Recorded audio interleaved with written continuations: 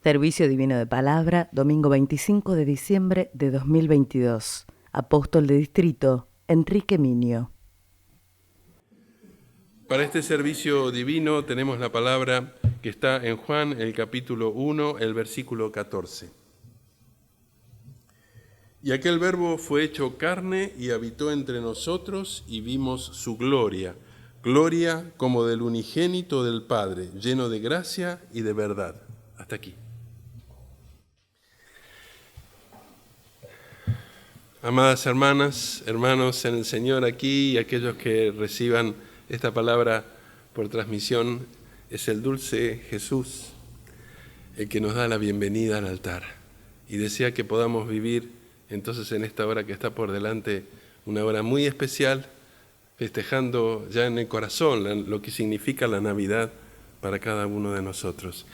Y en esa bienvenida también el deseo que puedan recibir el corazón de nuestro apóstol mayor para todos ustedes.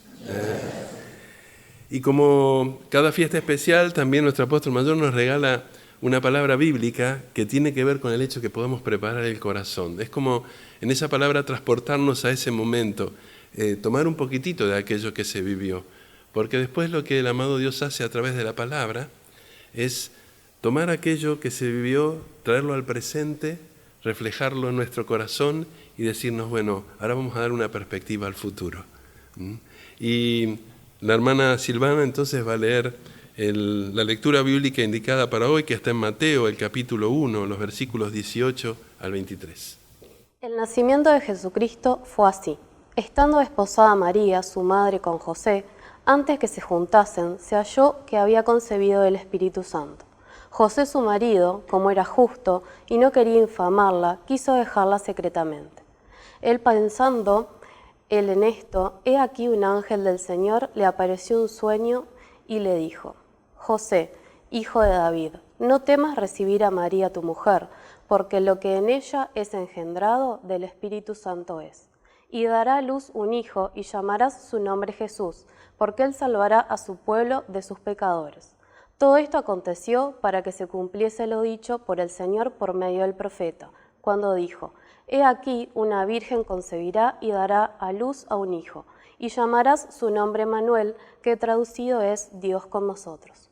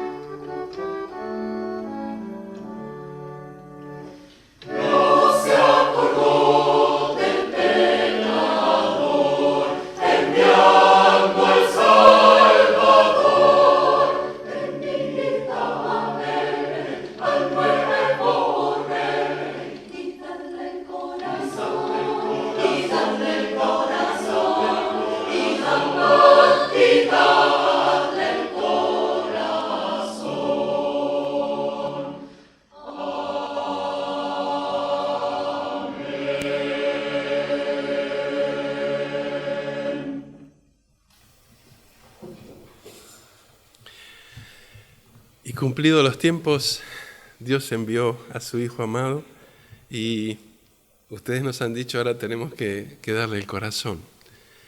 Y esa promesa que había sido dada hace tanto tiempo por el Padre, entonces llegó el cumplimiento de la promesa. Llegó el cumplimiento de la promesa que permitió al hombre conocer cómo era Dios.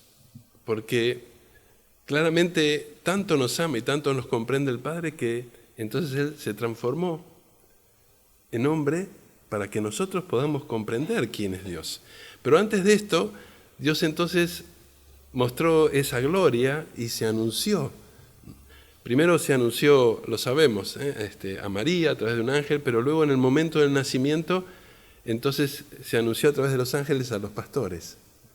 Y ellos fueron allí donde estaba el nacimiento del niño y entonces pudieron verlo, pudieron comprobar esa gloria que Dios les había anunciado y pudieron volver a alabar a Dios. Y yo me imagino, queridos hermanos y hermanas, que si nos conmueve un canto hoy aquí, cómo habrá sido ese momento, ¿no? Cuando ellos recibieron este mensaje de ese regalo tan especial que Dios había prometido. Y un regalo que fue corroborado en el sentido que también cuando Cristo fue bautizado, allí le fue dicho, este es mi Hijo amado, en el cual tengo contentamiento. Otra reafirmación del envío, de la promesa que Dios había dado. Y el reconocimiento que también colocó en aquellos que lo rodeaban, porque también le tocó a Pedro cuando le fue preguntado, ¿quién dicen que soy? Y él pudo reconocerlo, que era el Cristo, el que Dios había prometido. Entonces, Dios envía a la tierra a su Hijo. Pero hemos leído este texto que quizás puede llegar a ser un poquito complicado desde el punto de vista teológico, pero vamos a tratar de llevarlo a las palabras de lo cotidiano, de lo nuestro. Dice, y aquel verbo fue hecho carne. ¿De qué verbo nos está hablando? Nos está diciendo del verbo que participó de la creación. Toda la creación hecha en el trino Dios estaba activo y el verbo mismo se hizo carne, es decir, aquel que ya había participado de la creación. Y luego dice, y habitó entre nosotros y vimos su gloria como del unigénito del Padre. ¿Qué quiere decir unigénito? Quiere decir que por un lado es único, pero por otro lado también es eterno, quiere decir que siempre existió.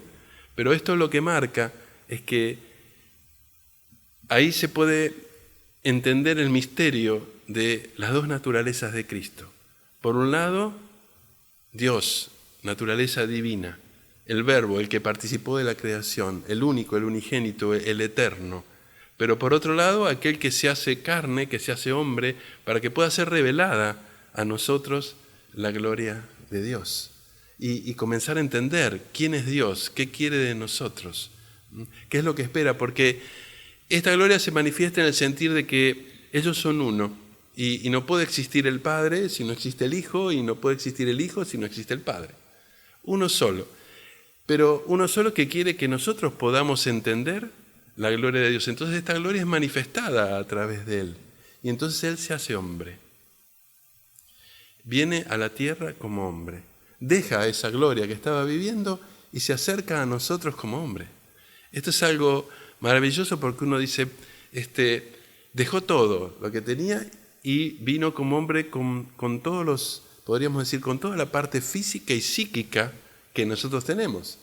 Porque cuando miramos sobre lo que Jesucristo le tocó vivir, Él se alegró como nos alegramos nosotros, lo podemos ver participó de la fiesta de Caná, no sé si lo recuerdan, cuando también allí hace el milagro del vino, pero esto ya como un ser divino, no como hombre, pero participa de la fiesta con alegría.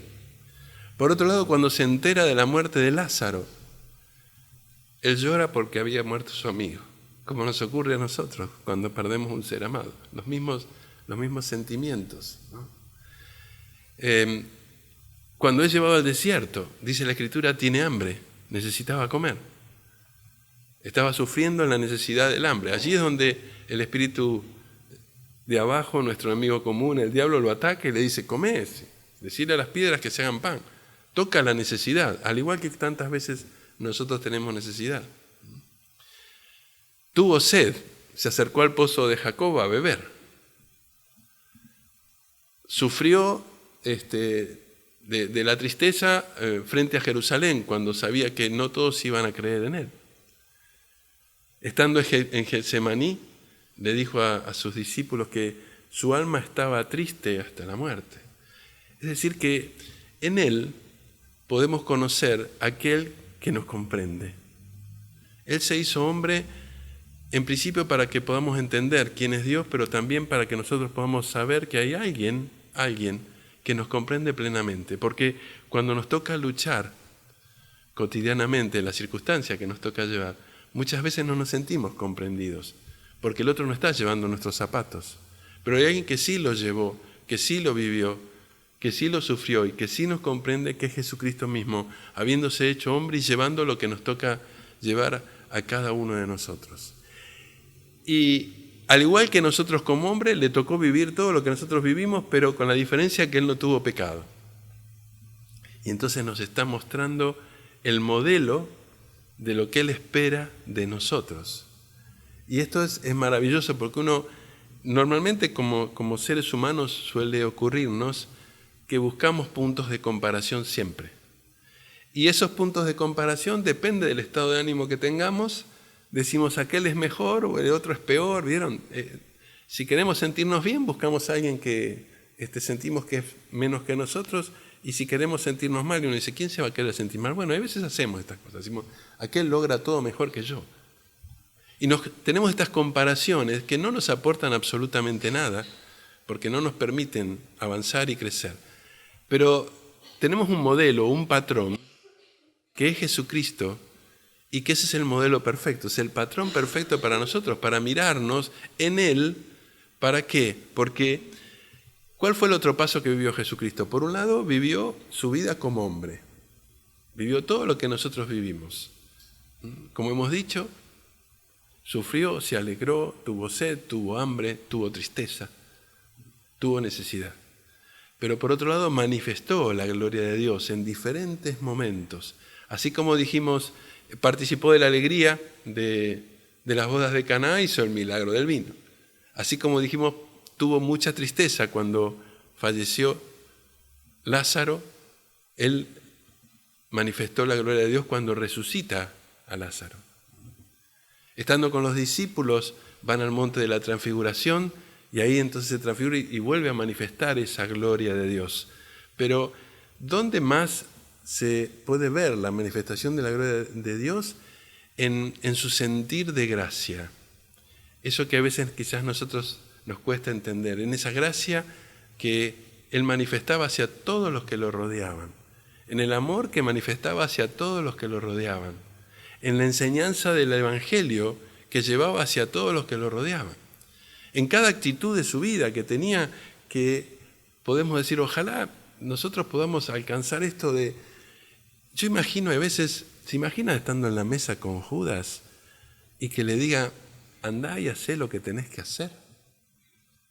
Simplemente le dijo esto, ¿no? Y lo hizo, o sea, la Escritura no dice que haya sido, ni se haya alterado, ni se haya puesto violento, simplemente le dijo, andá y hacé lo que tenés que hacer.